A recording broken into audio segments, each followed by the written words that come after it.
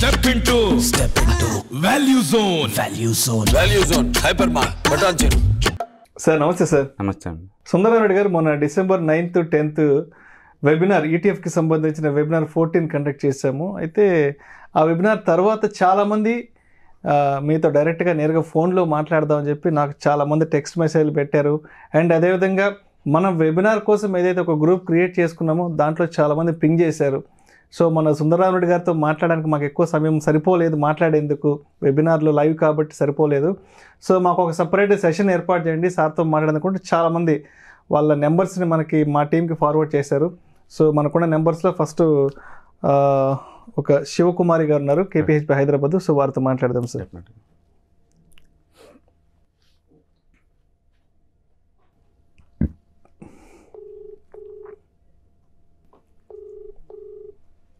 Hello, Shivakumar గారు మాట్లాడేది. అవునండి, చెప్పండి. నమస్తే అమ్మ, నేను సుమన్ టీవీ నుంచి మాట్లాడుతున్నాను, విష్ణుని. ఓకే. నా ఎదురుగా సుందరరామరెడ్డి గారు ఉన్నారు. సో మీరు మొన్న వెబినార్ సెషన్ అటెండ్ అయ్యారు కాబట్టి సో చాలామంది సార్తో మాట్లాడదామని మాకు పింగ్ చేశారు. అండ్ ఎందుకంటే ఆ రోజు అంత సమయం సరిపడదు అందరూ మీ డౌట్స్ని క్లారిఫై చేసుకోవడానికి. సో ఇప్పుడు నా ఎదురుగా సార్ ఉన్నారు. సో మీరు సార్తో నేరుగా ఫోన్లో మాట్లాడి మీ డౌట్స్ని క్లియర్ చేసుకోవచ్చు. సార్ శివకుమారి గారు ఫ్రమ్ హైదరాబాద్, సార్ మాట్లాడండి. హలో మేడం, ఎలా ఉన్నారు? బాగున్నానండి. Thank you sir. Thanks for the sessions and your guidance to us. Thank you ma'am. చెప్పండి మేడం, ఏం చేస్తున్నారు ఇన్వెస్ట్మెంట్స్? నేను ప్రజెంట్ అయితే మామూలుగా స్టాక్స్ లో ఇన్వెస్ట్ చేస్తానండి. డైరెక్ట్ గా మ్యూచువల్ ఫండ్స్ లో కూడా పెడుతున్నాను మిమ్మల్ని చూసి. అంటే ఇప్పుడు స్మాల్ క్యాప్ మీరు హైలో ఉన్నాయి అన్నారు కదా, నేను చేస్తున్నాను. ఓకే. నేను యాక్చువల్ గా నా గోల్ ఏంటంటే నేను ఎంఎన్సీ లో జాబ్ చేస్తున్నాను, ప్యారలల్ గా ఇట్లా ట్రేడ్స్ చేస్తున్నాను, ఇన్వెస్ట్మెంట్ కూడా చేస్తున్నాను స్టాక్స్ లో. నాకు అంటే ఒక 50 CR దాకా ఎర్న్ చేసేది గోల్ పెట్టుకున్నానండి. అంటే ఓవరాల్ గా డెఫినెట్గా అండి. దానికి అంటే ఎంత ఇన్వెస్ట్మెంట్ అవసరం అనుకుంటున్నాము అనేది క్లారిటీ లేదు. అంటే ఈటీఎఫ్స్ తో చేస్తూ ఒక 20-50 lakhs పెట్టి చేస్తే ఎంత టైం పట్టొచ్చు ఒకవేళ ఆ కార్పస్ రీచ్ అవ్వడానికి? రైట్. మనం హిస్టారికల్ డేటా కనుక మనం చెక్ చేసామనుకోండి, mid cap and small cap category mutual ఫండ్స్లో మనం ఇన్వెస్ట్ చేసామనుకోండి, యావరేజ్ మీద ఒక 20 నుంచి 25% వస్తుంది లాంగ్ టర్మ్ పాయింట్ ఆఫ్ వ్యూలో. అండ్ ఈటీఎఫ్స్లో పొజిషనల్ ట్రేడింగ్ చేసామనుకోండి, సంవత్సరం మొత్తం మీద మనకి ఒక 6-7 ఛాన్స్లు వచ్చినాయి అనుకోండి, ఒక 35% నుంచి 40% based on the market condition బట్టి మనకు వచ్చే ఛాన్స్ ఉంది. ఈ రెండు కంబైన్ చేశారనుకోండి, మీరు మంత్లీ యావరేజ్ మీద ఒక 4-5% అలా జనరేట్ చేసే ఛాన్స్ ఎక్కువ ఉందండి. కాబట్టి మీరు అనుకున్న 50 crores రావడానికి మీరు మంత్లీ ఒక 20,000 లేదా ఒక 15,000 అలా పెట్టుకుని ప్లాన్ చేసుకుంటే కనుక ఒక 20 years కల్లా ఈజీగా రీచ్ అవ్వచ్చు. మీరు ఏం చేస్తారంటే ఎస్ఐపి క్యాలిక్యులేటర్ తీసుకోండి. అది చూసానండి నేను. అది అంటే నేను యాక్చువల్ గా లంసమ్ కూడా అంటే ఒక 50 lakhs లేదంటే 1 CR అయినా కానీ యాడ్ ఇన్ చేద్దాం అనుకుంటున్నాను. అదేంటంటే మార్కెట్ డిప్ వచ్చినప్పుడు మీ చేతుల్లో ఉంది, మీరు ఆల్రెడీ మార్కెట్ని మానిటర్ చేస్తున్నారు కాబట్టి ఒక 5-10% నిఫ్టీ పడ్డప్పుడల్లా అప్పుడు యాడ్ చేయండి లంసమ్ అమౌంట్. ప్రస్తుతానికి ఎస్ఐపి కంటిన్యూ చేయండి, ఎందుకంటే మార్కెట్ హైలో ఉన్నా లోలో ఉన్నా ఎస్ఐపిలో పెద్ద ప్రాబ్లం ఉండదు. అందుకని ఎస్ఐపి కంటిన్యూ చేయండి. మ్యూచువల్ ఫండ్స్ ఇంకా స్టార్ట్ చేయకపోతే కనుక ఇమ్మీడియట్గా బిగిన్ పెట్టాను. కాకపోతే అంటే ఈటీఎఫ్ తో వస్తుంది కదా, అది ఎందుకు అనుకున్నాను. కానీ మీ సెషన్ తో నాకు డౌట్స్ క్లారిటీ వచ్చింది. అవును, కంటిన్యూ చేస్తాను. ఈటీఎఫ్స్లో ఏంటంటే ఎగ్జిట్ లోడ్స్ ఏమి ఉండవు కాబట్టి ఇప్పుడు బయటికి పోవచ్చు, కాబట్టి పొజిషనల్ ట్రేడింగ్ చేసుకోవచ్చు. రైట్.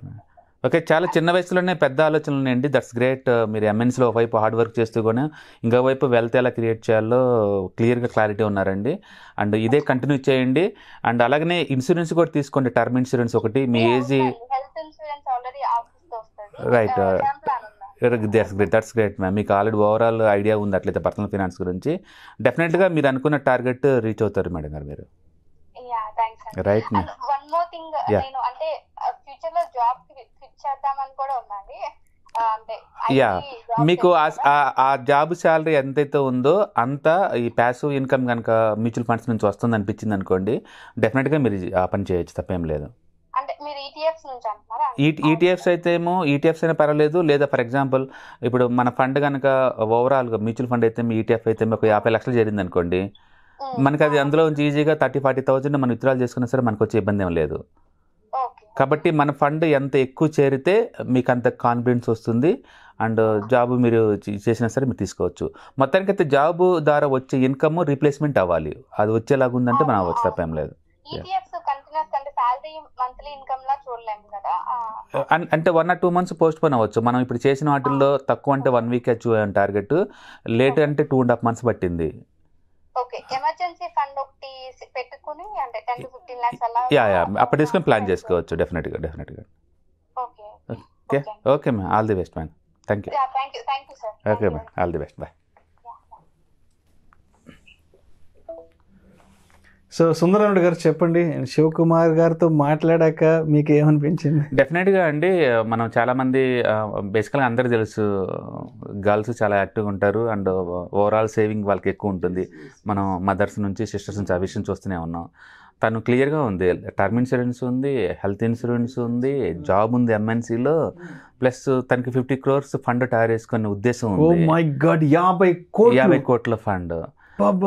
అంటే తనకి ఇన్ఫ్లేషన్ గురించి అండ్ ఫ్యూచర్ ప్లాన్స్ గురించి క్లారిటీ ఉంది, ఎకానమీకి సంబంధించిన కంప్లీట్ పిక్చర్ ఐడియా ఉంది, పిక్చర్ క్లియర్గా ఐడియా ఉంది తనకి.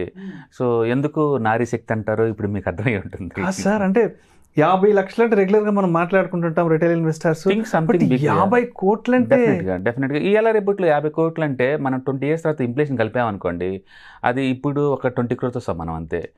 That is big amount, but plan చేసుకుంటే డెఫినెట్గా అవుతుంది. ఓకే తను ఒకేసారి లంసం పెడతానికి కూడా రెడీగా ఉంది. My God. సో ఎందుకు ఉమెన్ ఎంపవర్మెంట్ కావాలి, ఉమెన్ ఎడ్యుకేట్ అవ్వాలి అంటే ఇదండి ప్లానింగ్. తను అంత ప్లాన్ చేసిందంటే ఎంటైర్ ఫ్యామిలీ కూడా ప్లాన్ చేస్తుంది అండ్ 10 మందిని ఇన్స్పైర్ చేస్తారు. అండ్ వాళ్ళు ఎంఎన్సీలో జాబ్ వచ్చిందంటేనే ఆ తెలివితేటలు, దాని తగ్గట్టు హార్డ్ వర్క్, దాని తగ్గట్టు మళ్ళీ ఎక్స్ట్రా ఇన్కమ్ కోసం. అదే ఖాళీగా ఉన్నారనుకోండి, డెవిల్ వర్క్షాప్ అంటారు, empty minds are devil workshop అని, ఎలాంటి ఆలోచన రాదు. సో పరిగెత్తే వాళ్ళు ఇంకా పరిగెడతా ఉన్నారు. డెఫినెట్గా వాళ్ళకి ఐడియా ఉంటుందండి, ఇన్ఫ్లేషన్ గురించి ఐడియా ఉంటుంది, ఖర్చుల గురించి ఐడియా ఉంటుంది, లైఫ్ స్టైల్స్ గురించి ఐడియా ఉంటుంది. And they prepared for well. చాలా ముందు చూపుతోటి వాళ్ళు ప్లాన్ చేస్తున్నారు. మీరు ఊహించుకోండి, term insurance and health insurance కూడా ఉండి ఎంఎన్సీలో జాబ్ ఉండి ఇంకా ఇన్కమ్, అడిషనల్ ఇన్కమ్ సోర్స్ కోసం వాళ్ళు ట్రై చేస్తున్నారంటే సింప్లీ హార్డ్ వర్కర్స్ అండి. బేసికల్గా డెఫినెట్గా వాళ్ళు అనుకుంటారు అన్ని ఫైనాన్షియల్ ప్రోడక్ట్స్ మీద కంప్లీట్ అవగాహన ఉంది. చూడండి, జాబ్ ఉంది, ఎంఎన్సీలో ఉంది, స్టిల్ వాళ్ళు ఆన్లైన్లో అప్డేట్ అవుతున్నారు, ప్రోగ్రామ్స్ అటెండ్ అవుతా. ఓకే, ఆ updation it self is the powerful అండి సార్. అవును సార్. అందుకనే ప్రతి ఒక్కళ్ళు కూడా ఎవ్రీ ఇయర్ కూడా 1% to 2% వాళ్ళ ఓవరాల్ ఇన్కమ్లో అచ్చం ఎడ్యుకేషనల్ ఎన్హాన్స్మెంట్ కోసం ఖర్చు పెట్టాలండి. ఎందుకంటే మనం ఎడ్యుకేట్ అవుతున్నామంటే కొత్త ఆలోచనలు, కొత్త శక్తి, కొత్త మనీ, వే ఆఫ్ కొత్త ఆలోచనలు వస్తూ ఉంటాయి అనమాట. చాలా అప్డేట్ అవ్వచ్చు. అందులో ప్యాసివ్ ఇన్కమ్ ఎన్ని వేలో క్రియేట్ చేయగలిగితే అంత బెటర్ అనమాట. అందుకని జాబ్ వచ్చింది కానీ ఆపద్దు, అది స్టార్టింగ్ స్టెప్ అనమాట. ఇంకా మనం బిగించేయాలి డిఫరెంట్ వేలో ప్యాసివ్ ఇన్కమ్ జనరేట్ చేసుకోవాలండి. అండ్ వాళ్ళు చేస్తారు కూడా. అవును సార్, ఎందుకంటే సో మచ్ ఇన్స్పైరింగ్ వీడియో డెఫినెట్గా ఉంది. ఎందుకంటే అంటే 1 లక్ష 2 లక్షల ఇన్వెస్ట్మెంట్ అనేది ఓకే రెగ్యులర్ గా అందరు చేసేది, బట్ 50 CR అనేది వెరీ వెరీ బిగ్ అమౌంట్. తను చూస్తుంది వరల్డ్ ఎంఎన్సీ కంపెనీలో వరల్డ్ చూస్తుందండి. వరల్డ్ ఫ్యూచర్ ఎలా ఉండబోతుంది తను తెలుసు. తన విజన్ నెక్స్ట్ లెవెల్ ఉంది. ఎస్, క్లియర్ గా ఉంది. ఇట్స్ వెరీ ఇన్స్పైరింగ్ అండి. అండ్ ఫస్ట్ కాల్ ఇలాంటివి తీసుకున్నందుకు మనం కూడా చాలా హ్యాపీ ఫీల్ అవ్వచ్చు. నిజం సార్, నిజంగా. చాలా మంది ఏంటంటే ఒక జాబ్ రాగానే మన లైఫ్ లో సెటిల్ ఏమైనా ఆగిపోతారు. ఇంకొంతమంది ఏంటంటే మనకి తిరగలేదు, మనకి లైఫ్ లో అంత అయిపోయిందని చెప్పేసి ఒక కార్లు ఇల్లు ఇలా తీసుకుంటూ ఉంటారు. బట్ ఇంకొక వర్గం వాళ్ళు నిరంతరం అప్డేట్ అవుతూనే ఉన్నారు. కొత్తగా ప్యాసివ్ ఇన్కమ్ క్రియేట్ చేయాలని ట్రై చేస్తూనే ఉన్నారు. ఇంకా తొందరగా ఎక్కువ మనీ జాబ్ రీప్లేస్మెంట్ అయ్యి ఒక ప్యాసివ్ ఇన్కమ్ ద్వారా ఎలా సర్వైవ్ అవ్వాలో ఆలోచిస్తూ ఉన్నారు. ఇలాంటి ఆలోచన ధోరణి యంగ్ ఇండియా అండి. అందుకని digital India, young India, 4 trillion India ఎందుకు అవుతుంది అంటే ఇలాంటి వాళ్ళు ఉండబట్టండి. స్త్రీ శక్తి, ఆవిడ మాటలు బట్టి అంటే చాలా క్లారిటీగా ఉన్నారు, చాలా నాలెడ్జ్ గా ఉన్నారు, చాలా మెచ్యూర్డ్ గా ఉన్నారు ఆవిడ ప్రతి మాట కూడా. రైట్. చాలా మంది ట్రేడింగ్ అంటే స్టాక్ మార్కెట్ అంటే స్పెక్యులేషన్, ఇంట్రాడే, కాల్ ఆప్షన్లు, పుట్ ఆప్షన్లు, గ్యాంబ్లింగ్ ఇవే అనుకుంటారు. చూడండి ఎంత క్లియర్ లెవెల్ టార్గెట్. అందుకని ప్లాన్ చేసుకుంటే లాంగ్ టర్మ్ దాంట్లో క్లారిటీగా ఉంటే కనుక anybody can make the money అండి. అండ్ క్లియర్గా తన ఆలోచన మనం చూస్తూనే ఉన్నాం కాబట్టి డెఫినెట్గా 10 మందిని ఇన్స్పైర్ చేస్తారండి. Really first call is the very inspiring and very motivative call to me especially. డెఫినెట్గా అందరికీ మోటివేషన్. ఎందుకంటే తను రెస్ట్ తీసుకుంటా అన్నా సరే ప్యాసివ్ ఇన్కమ్ జనరేట్ అయిన తర్వాత రెస్ట్ తీసుకుంటా ఉంటుంది. అంటే ఓవరాల్గా హెల్త్ ఇన్సూరెన్స్, టర్మ్ అన్ని ఇన్సూరెన్స్ అసలు అన్ని all రకాలుగా financial products. చాలా సెక్యూర్ వేలో ప్లాన్ చేసుకుంటుందండి. That's very good and very inspiring to everybody. Thank you so much Sundar Reddy గారు.